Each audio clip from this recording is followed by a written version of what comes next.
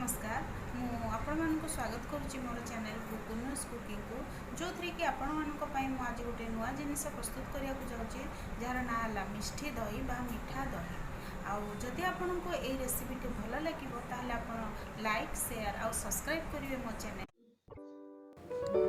मीठा दही प्रस्तुत आमको दरकार 3 कप क्षीर आपण जिते नहीं पारे अधिका नेले से अनुसार आपन को क्वांटिटी अधिका करिया पड़ो।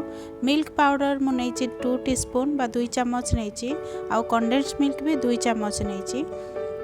आपन जदि अधिका करेंगे ताले अधिका नहीं पारे ताकू टिके मु टिके उषुम कर देछि क्षीरटा को उषुम करदेले भल से दहीटा बसे से आमे सब जहाँ नहीं जमती कि मिल्क पाउडर आमे ऐड करवा।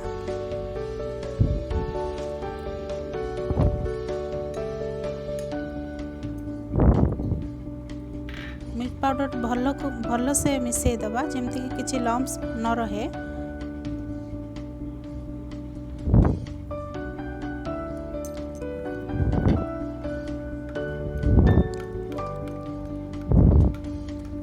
भल से मिसई सारा परे आमे एबे कंडेंस मिल्क 2 चम्मच पकेदवा।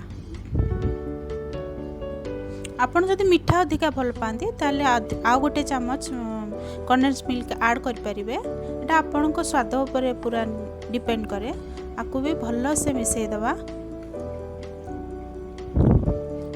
मिसई सारा पर आमे 2 चम्मच दही नहीं आपड़ जो अनुसार क्वांटिटी बेसी करेंगे जदि आउ टिके अधिका दही ऐड करें।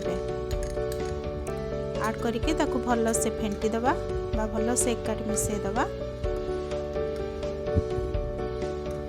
मिसई सारा पर ताकू आमे देखा कि ना जमी सफा है आमे छोट छोट गिनारे बा काच बाउल रे ताकू रखीदबा। राति जाक आमे ताकू सेट होगापाई रखीदबा घोड़े सकाळु देखला आमर पूरा